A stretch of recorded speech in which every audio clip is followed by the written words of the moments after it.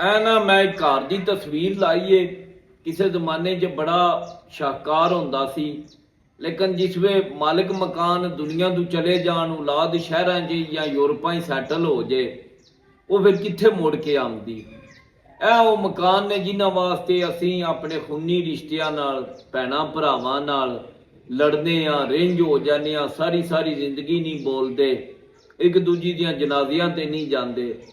ਲੇਕਿਨ ਇਹ ਹੀ ਮਕਾਨ ਜਿਸ ਵਿੱਚ ਸਾਡੀ ਆਉਣ ਵਾਲੀ ਨਸਲ, ਸਾਡੀ ਔਲਾਦ ਕਿਸੇ ਅੱਛੇ ਸ਼ਹਿਰ ਹੀ ਸੈਟਲ ਹੋ ਜਾਂਦੀ ਜਾਂ ਯੂਰਪ ਹੀ ਸੈਟਲ ਹੋ ਜਾਂਦੀ, ਤੇ ਇਹ ਹੀ ਘਰ ਨੇ ਜਿਹੜੇ ਖੋਤੀਆਂ ਦੇ, ਅਵਾਰਾ ਕੁੱਤਿਆਂ ਦੇ ਅਮਾਜਗਾਹ ਬਣ ਜਾਂਦੇ ਨੇ।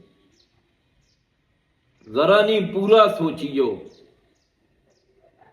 ਭਾਈ ਦੁਨੀਆ ਦਾ ਮਾਲ ਇਹਨੇ ਇੱਥੇ ਹੀ ਰਹਿ ਜਾਣਾ। ਛੋਟੀਆਂ ਛੋਟੀਆਂ ਚੀਜ਼ਾਂ ਵਾਸਤੇ ਆਪਣੀਆਂ ਭੈਣਾਂ ਭਰਾਵਾਂ ਨੂੰ, ਆਪਣੇ ਖੂਨੀ ਰਿਸ਼ਤੇਦਾਰਾਂ ਨੂੰ ਨਾ ਤੰਗ ਕੀਤਾ ਕਰੋ।